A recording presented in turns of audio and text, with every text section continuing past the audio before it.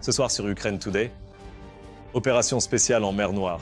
La marine ukrainienne, avec les forces des opérations spéciales, a frappé des unités russes sur la plateforme de forage offshore Sivash. Terrorisme d'État et raquettes.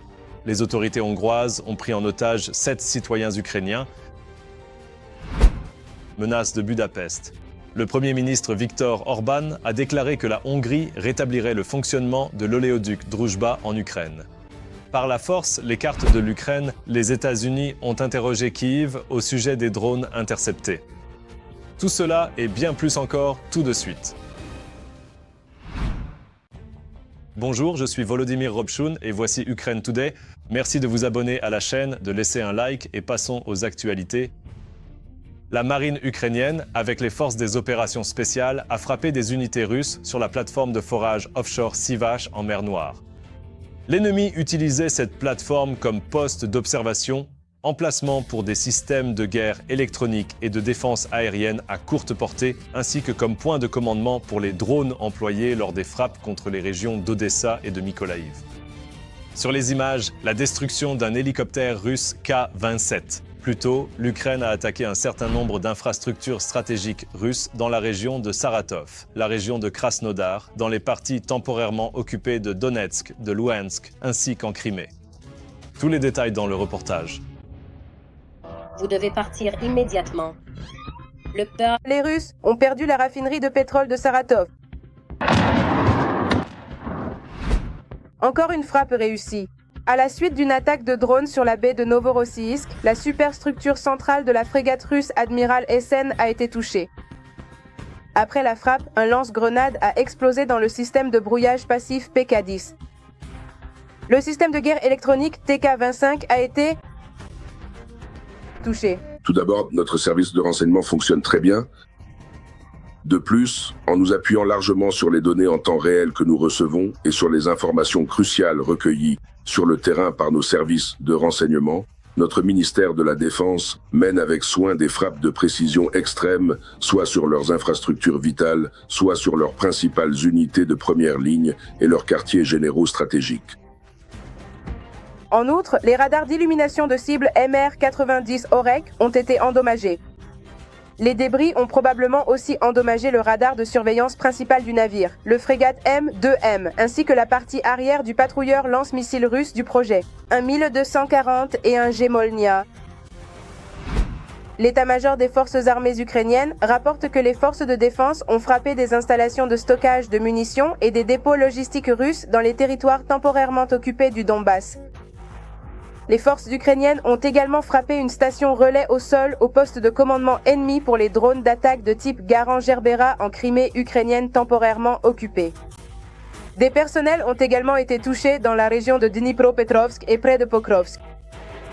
La Russie est capable de répondre à de telles frappes, mais pour cela, il est nécessaire d'avoir des commandants professionnellement compétents. Ils en ont, mais tous ne sont pas capables de calculer avec précision la tactique et la stratégie. Les nôtres peuvent le faire rapidement. Désormais, la parité est déjà du côté des forces ukrainiennes. Notre armée progresse. Nous avons sondé leur défense à des points précis. Dans certaines zones, nous commençons à contre-attaquer et à sécuriser des positions sur leur ligne.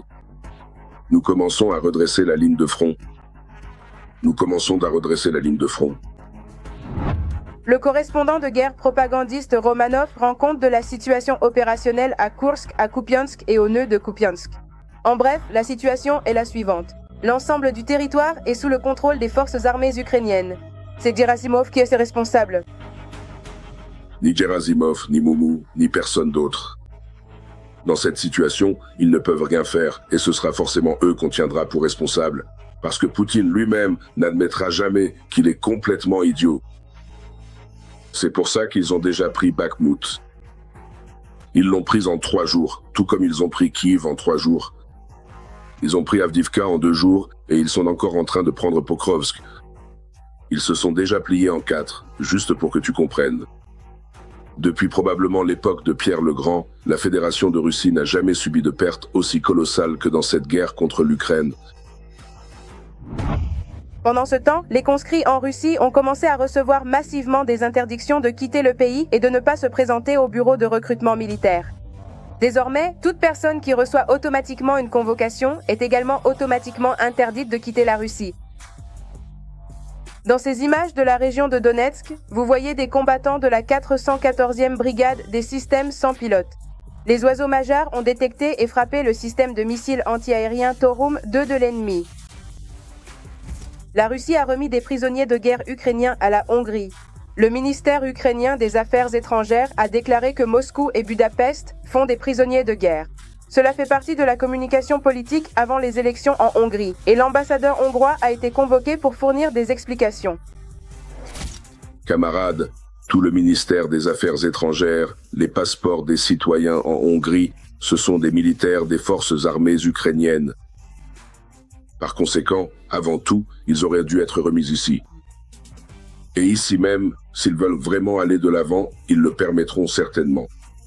Lors de la réunion formelle de coordination, Quartier général. Concernant le traitement des prisonniers de guerre, ils ont déclaré que le transfert par la Russie de 2 prisonniers de guerre ukrainiens vers la Hongrie constitue une violation flagrante du droit international humanitaire.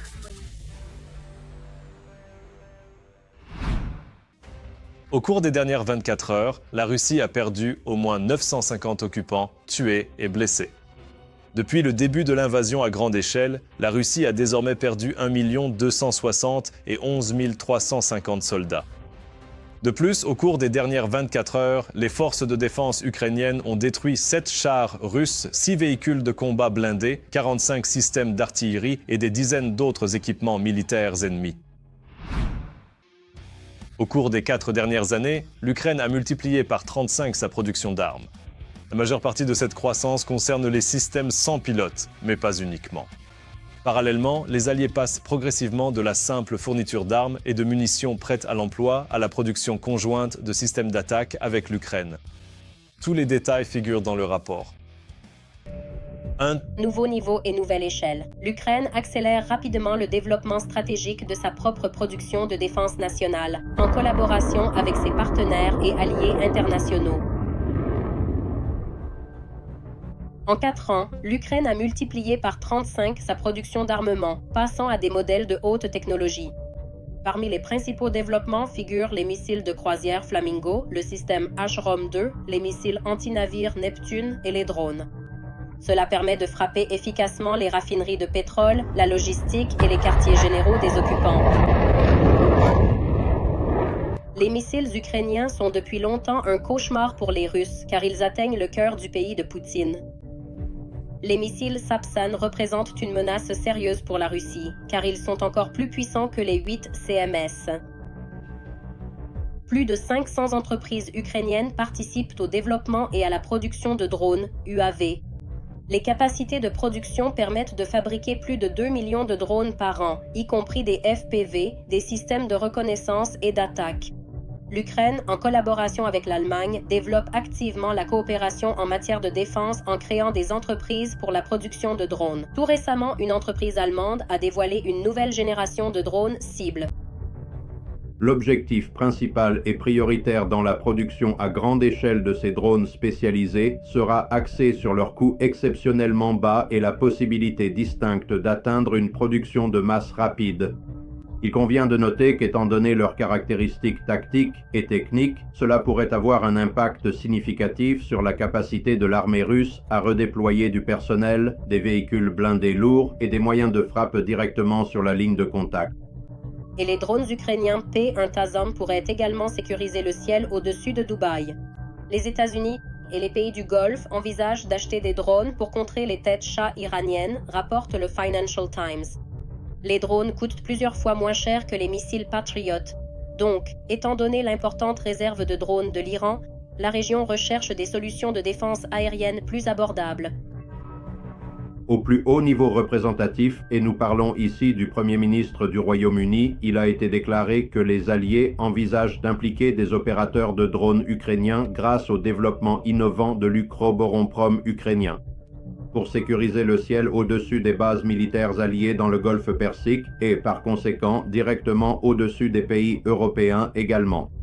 À partir de 2026, 10 co-entreprises avec l'Ukraine pour la production de différents types de drones commenceront à opérer dans 5 pays européens. Le Royaume-Uni développera également de nouveaux missiles balistiques tactiques qui augmenteront la puissance de feu de l'Ukraine pour se défendre contre l'agression russe. Ce projet prévoit le développement et surtout la mise en œuvre directe ainsi qu'une expansion et une montée en puissance significative de la production au cours des 12 prochains mois. De plus, il est important de noter que la production de missiles augmentera progressivement pour atteindre un rythme de 10 par mois. Cela constituera un élément sérieux de pression militaire de la part des forces armées ukrainiennes sur le pays occupant. Tout cela signifie que les développeurs ukrainiens, avec leurs partenaires, sont capables de créer des armes de haute précision qui détruisent des cibles militaires ennemies importantes, loin derrière les lignes. L'Ukraine se bat pour la liberté.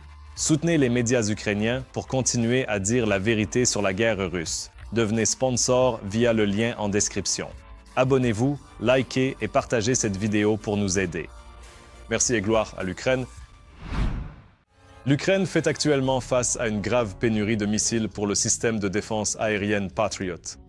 Un certain nombre de médias internationaux en parlent. À l'heure actuelle, une part importante des stocks mondiaux de missiles Patriot est utilisée pour défendre le ciel au Moyen-Orient.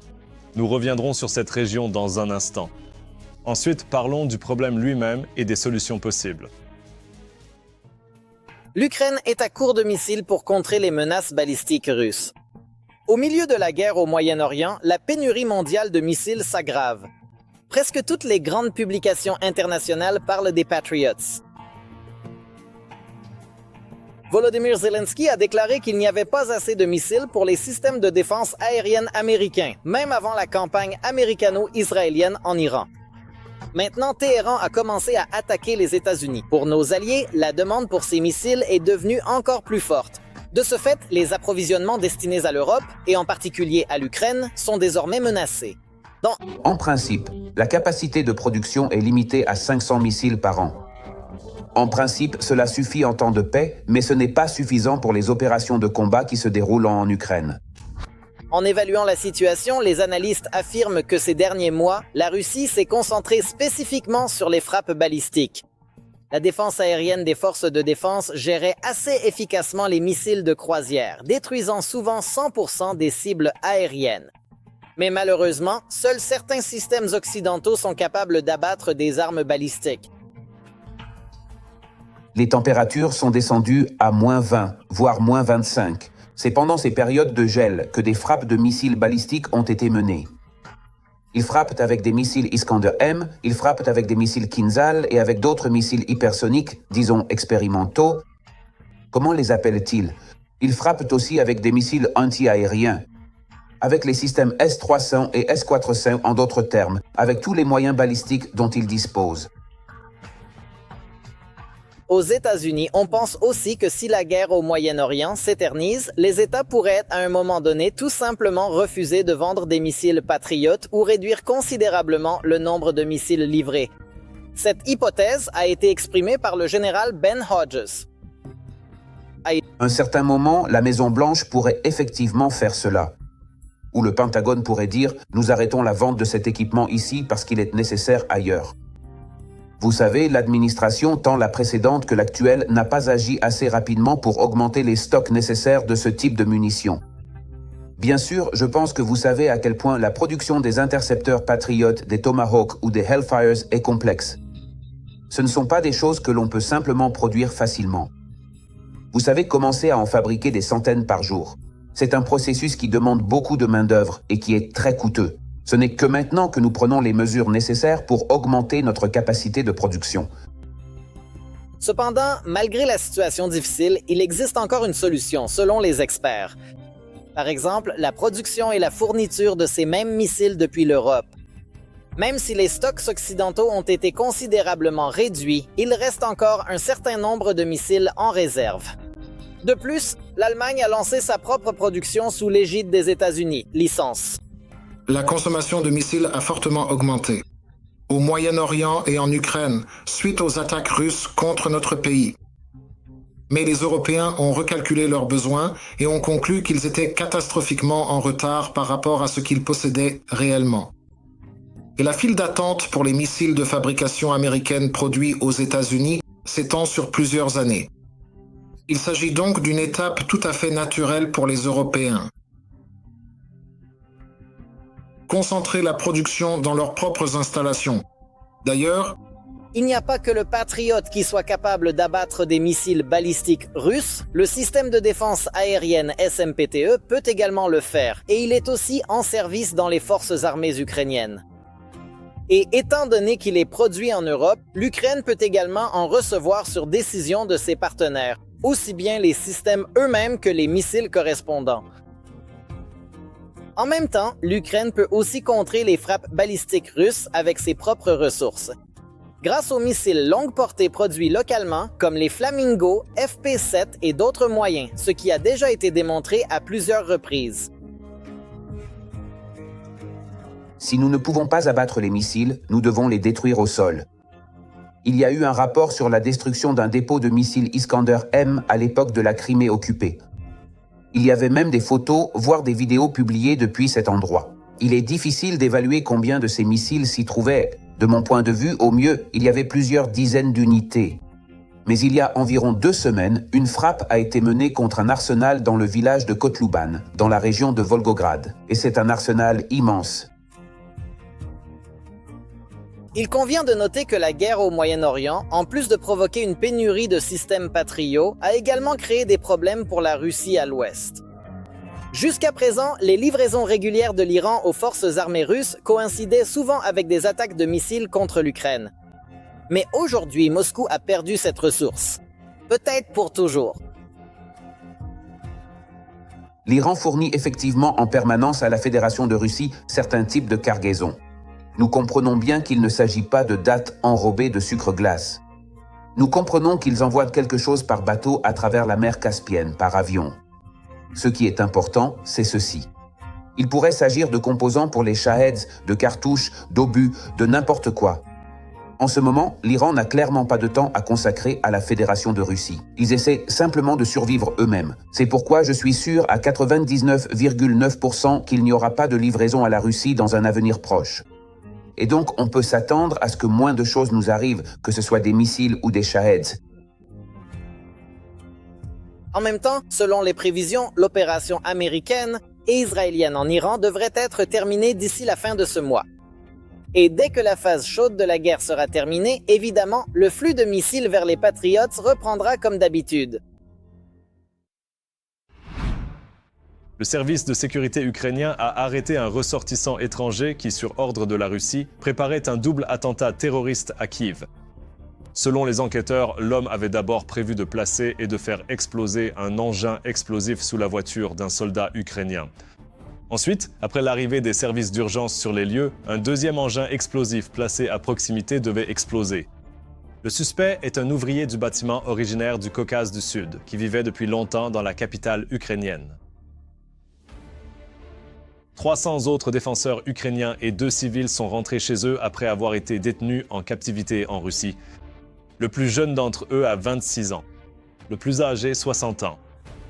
Il s'agissait de la deuxième et dernière étape de l'échange de prisonniers conformément aux accords.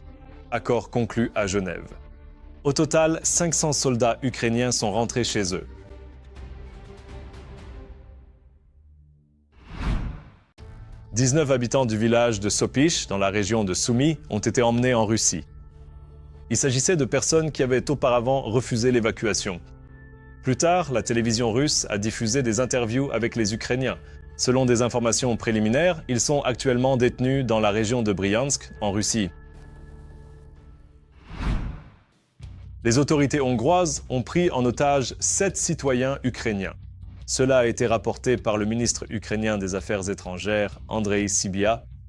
Les personnes concernées sont des employés de la banque d'État Oshad qui circulaient à bord de 2 véhicules blindés de transport de fonds entre l'Autriche et l'Ukraine. Ils transportèrent de l'argent et des objets de valeur. Selon les données GPS, les véhicules détenus illégalement se trouvent actuellement dans le centre de Budapest, près de l'un des services de maintien de l'ordre hongrois. La cargaison comprenait 40 millions de dollars, 35 millions d'euros et 9 kg d'or. Selon le ministre Sibia, cette situation équivaut essentiellement à du terrorisme d'État et du racket. Les autorités hongroises affirment que les convoyeurs de fonds ont été arrêtés dans le cadre d'une enquête sur le blanchiment d'argent. Budapest insiste sur le fait que les autorités ukrainiennes ont été informées de la procédure, mais affirme ne pas avoir reçu de réponse. Nous suivons la situation de près. Plus tôt, Viktor Orban a déclaré que la Hongrie rétablirait par la force le fonctionnement de l'oléoduc Druzhba en Ukraine. Il n'y aura pas d'accord, pas de compromis. Nous briserons le blocus pétrolier ukrainien par la force, a déclaré le Premier ministre hongrois. Cela peut-il être interprété comme une menace directe contre un État souverain? Je pense que oui. Pourquoi Orban a-t-il dit cela? Très probablement pour gagner au moins quelques points politiques avant les élections en Hongrie. Permettez-moi de vous rappeler que l'oléoduc Druzhba a été endommagé plus tôt lors des attaques russes.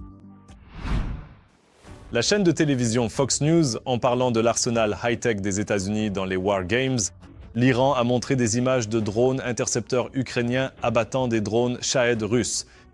Dans la vidéo, on voit le travail du drone Sting. Étant donné que les États-Unis ont déjà demandé à l'Ukraine des drones intercepteurs, il est tout à fait possible que nous voyions bientôt des images similaires, mais cette fois avec des drones iraniens interceptés. L'Ukraine est en train de devenir une partie du système de sécurité du Moyen-Orient. Abattre les Shaheds s'est avéré plus difficile que ce que les Américains avaient anticipé, et les États-Unis, le secrétaire à la guerre, Pete Hegseth, ainsi que le président des chefs d'état-major interarmés, Dan Kane, le disent ouvertement. Ils ont admis que les Shaheds iraniens posent un problème plus important que ce qui était prévu au départ. Parce que les drones volent bas et lentement et peuvent échapper au système de défense aérienne plus facilement que les missiles balistiques. Alors que les pays de la région essaient de se défendre contre les drones d'attaque iraniens, c'est précisément l'expérience de l'Ukraine dans la lutte contre les Shaheds qui devient d'une importance cruciale pour ses alliés.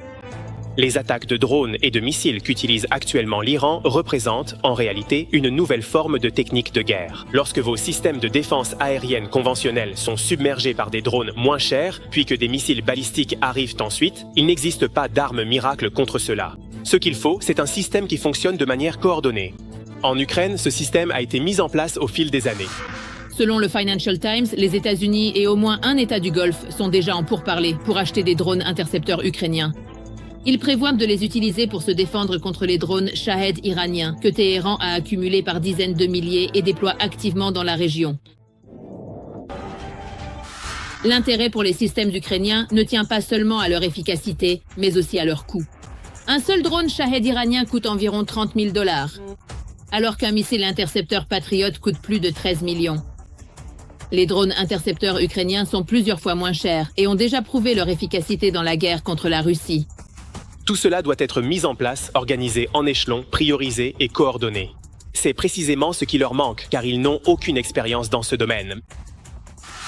C'est l'Ukraine qui a été la première à commencer l'utilisation massive de drones intercepteurs produits en série, coûtant seulement quelques milliers de dollars pour détruire les versions russes des Shaheds, qui sont régulièrement lancés en vagues contre les villes et infrastructures ukrainiennes.